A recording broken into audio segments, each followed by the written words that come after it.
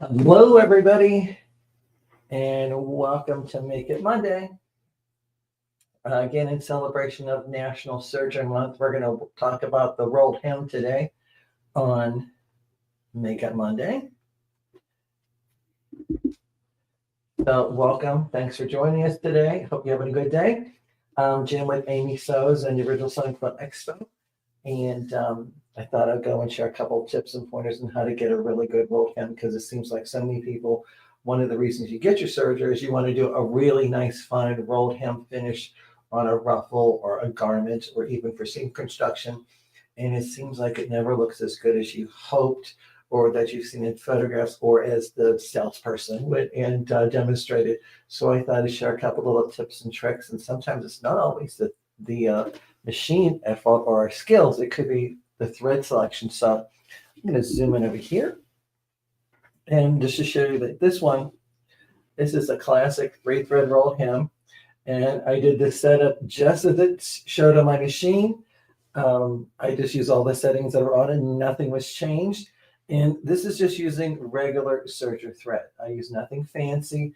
It was the thread that was recommended by the brand, my dealer.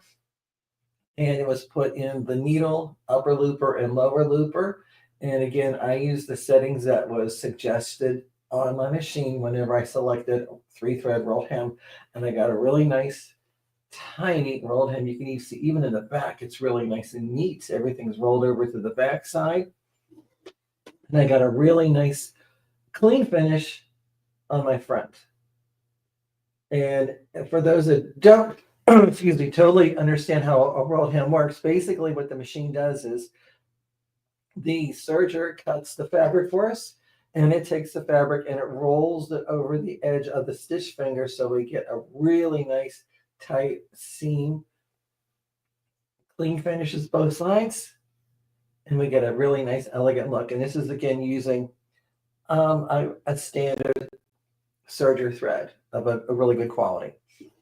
Next up, and I better get my spool here, is a little difference. And you can see too here, this is fairly solid. I can see a little bit of the white thread peeking through. Hi, Lori. Wow, this is amazing. Lori saying on her text that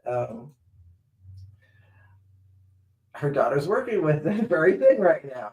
So again, I used the settings that was on my machine for a 3-thread rolled hem.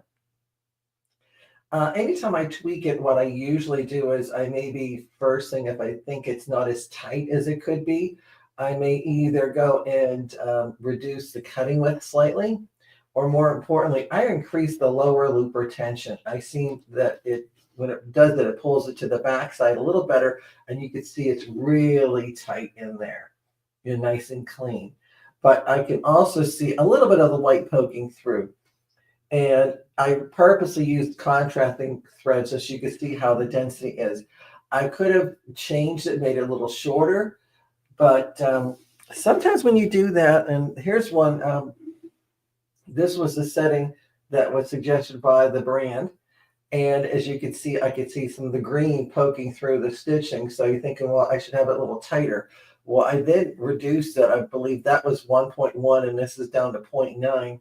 So I got it closer, but it doesn't always look as neat as it does over here. I think when we get the stitches together, it looks a little chunkier.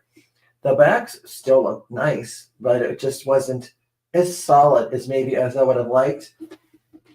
So I switched over to this blue thread, and you can see here it's kind of thick and fluffy, but when I pull on it, it gets to like a thread. So this is one of those newer fluffy or woolly threads that, again, when you relax it, it looks like yarn. I can put this in my loopers, no problem at all. And when it goes through the looper, it will get stretched because of the tensions. And then once it's relaxed in the seam, it'll fluff up. And what it does is it produces this much more solid seam you can see here. So if you're looking for a very solid rolled hem, that is one way to do it. It's by putting like the woolly or fluffy thread in. The back still looks the same. Sometimes the only times I may change any settings that's different on my serger would be is I may go and lighten up on my upper looper setting because that's where this thread is going to go. It's going to go in the upper looper. So if that's the case, I may relax the upper looper settings of the tensions just a bit so that it's a little softer looking coming out. What's nice with the woolly thread or the fluffy thread is that it produces a softer edge. So it's a little more comfortable to wear. It's not as abrasive as, let's say, a traditional overlock thread would be if you were doing active wear. So this is a really great thread for using those applications. But here, I'm using it to fill in the stitch length that's really nice and tight, and it looks pretty good. And a third option you could do, which you might not have thought of before, is in this case, I use my embroidery thread, and you can see here it's very solid. I changed no settings on the machine as for stitch length. The only thing I changed was the upper looper tension. I did go and reduce it 2 notches, and then I think I actually increased the lower looper tension just a notch. Reasons for that, I wanted to get it nice and solid and clean. You can see in the back here how nice and clean that back is. Usually sometimes that's the telltale sign of a good seam. It's like how well the back looks too, but you can see here in the top, that looks really clean, really neat, and very solid, and it's like a solid yellow. And again, I used my embroidery thread in my upper looper. However, I do have a little secret. I did put 2 strands of embroidery thread through the upper looper. So again, whenever I serge my seam, I had 2 strands going through the upper looper. And I'm going to go over here to my serger, and I have it already set up for that. And I'm going to carefully move the camera so we don't get a little dizzy. And you can see back here, I have my left needle, sorry, my right needle position, because you want narrow, so right needle position. And normally this is my upper looper, so I have a second one for my upper looper, and then I have my lower looper. Again, lower looper thread, upper looper, right needle. And you notice that this spool has a thread net on it, where the other 3 don't. What's really important is here is you need to change the rotation of that second spool. Now I have both of these actually going through, let's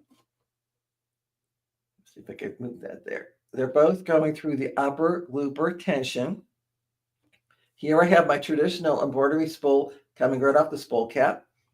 This one, I actually took it and I turned it upside down.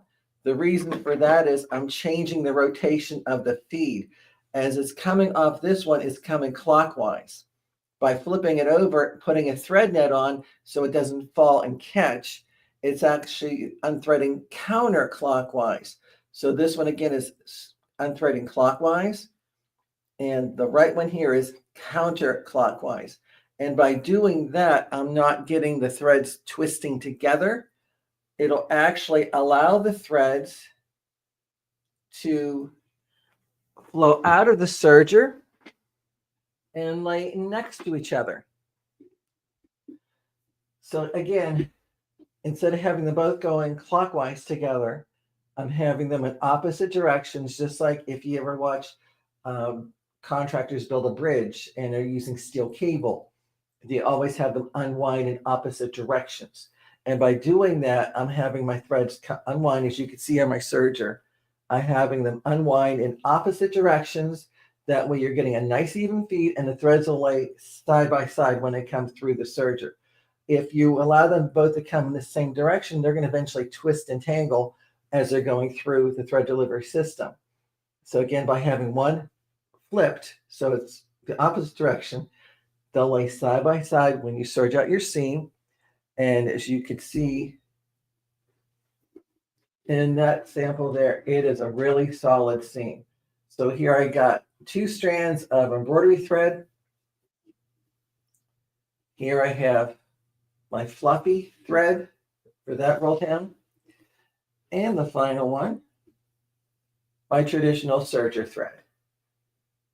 And the serger I used was the Bernina L860, set up just as it said on my info display as to how to simply set up and then serge with the machine.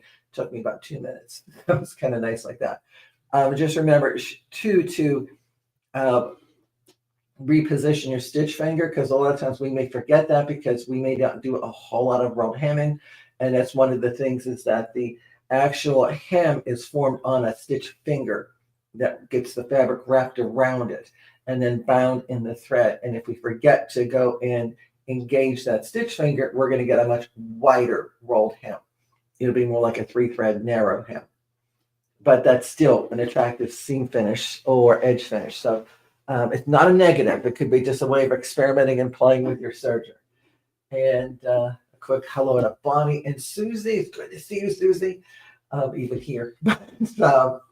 Anyway, thanks for watching, and I hope that inspires you to want to go and get your serger out and get serging.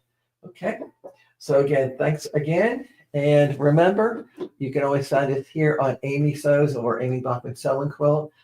Here also in the store in Harmony, Pennsylvania. Amy's off today, so it's just me solo. And you can also find me at the Original Sewing Quilt Expo. Just go to sewingexpo.com to get my schedule there. That being said, thanks for watching. Thank you, Lori. And remember, the more you know, the more you sew. Take care.